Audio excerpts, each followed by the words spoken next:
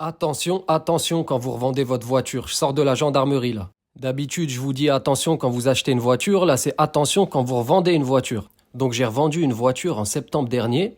Le mec me dit qu'il est auto-entrepreneur. Pas de souci. Quand je regarde son cabis, je vois que l'adresse de l'entreprise, elle est domiciliée à 600 km de là où on est. Le mec me dit qu'il vient de s'installer dans la ville, qu'il compte continuer son activité d'achat-revente dans les véhicules ici. Donc, aucun souci pour le moment. Arrivé au moment de faire les papiers de vente, comme c'est un professionnel, normalement, il doit mettre son tampon sur le papier de vente. Là, il me dit qu'il n'a pas le tampon, c'est pas grave, t'inquiète. Moi, je refuse. Donc, il revient plus tard avec un tampon et je commençais à plus trop le sentir. Donc, je lui dis, fais voir ta pièce d'identité, histoire de vérifier que le mec qui a l'entreprise, c'est bien lui. Il me dit qu'il n'a pas de pièce d'identité sur lui. Quand il voit que je veux plus trop lui vendre la voiture, en photo, sur son téléphone, il me sort la pièce d'identité. Je vois bien son visage, je vois le nom et prénom. Bon, je dis ok, y a pas de souci. Donc on fait la vente, la voiture c'était une poubelle, je lui ai vendu moins de 1000 euros. Il me passe les sous et repart avec le véhicule. Quelques semaines plus tard, je commence à recevoir des amendes chez moi. Le mec, il se fait flasher, il se fait flasher, il se fait flasher.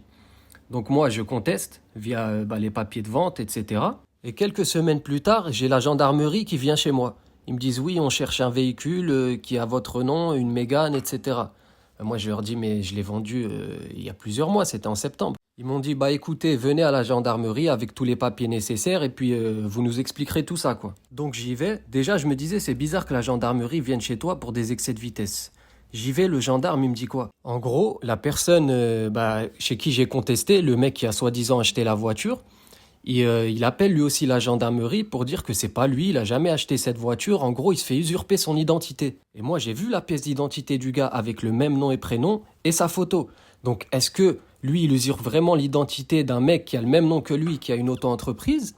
Ou est-ce que c'est vraiment lui, mais il veut se dédouaner et faire croire qu'il se fait usurper son identité, sachant que lui, il est à 600 km. Donc bref, l'histoire, elle est longue, je peux pas tout raconter, mais en gros, c'est pour dire, déjà, l'erreur, moi, que j'ai faite, c'est que j'ai pas déclaré la cession comme quoi je lui ai vendu. Donc elle est restée à mon nom tant qu'il fait pas sa carte grise. Et ensuite, quand vous sentez pas le vendeur, demandez la pièce d'identité. N'hésitez pas à prendre en photo, gardez tous les justificatifs. Et si tu peux te faire payer en chèque ou en virement, c'est encore mieux, comme ça, t'as vraiment une trace.